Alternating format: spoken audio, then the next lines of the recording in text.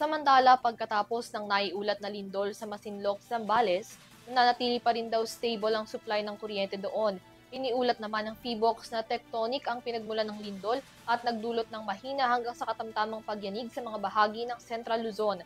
Si Graciela Corazon nagbabalik para sa balita. Niyanig ng magnitude 5.0 na lindol ang Masinloc, Zambales. Naitala ang pagyanig bandang alas 2 ng umaga ng Philippine Institute of Volcanology and Seismology o PHIVOLCS, kung saan ang epicenter nito ay nasa 8 kilometers northwest ng Masinloc. Tectonic ang pinagmulan ng lindol na nagdulot ng mahina hanggang katamtamang pagyanig sa mga bahagi ng Central Luzon. Naramdaman ang intensity nito sa ilang bayan at lungsod ng Zambales. Kasunod nito, wala pang naiulat na napinsala ang iniwan ng lindol sa mga apektadong lugar.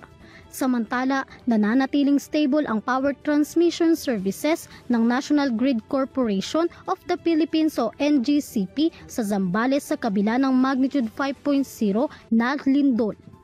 Pinaalalahanan naman ng PHIVOLCS ang publiko na manatiling alerto sa mga aftershocks at mahigpit na sundin ang mga umiiral na protocols.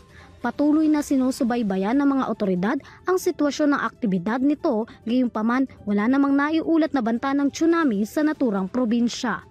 Para sa EuroTV News, Graciela Corazon, sumasaludo sa bawat Pilipino.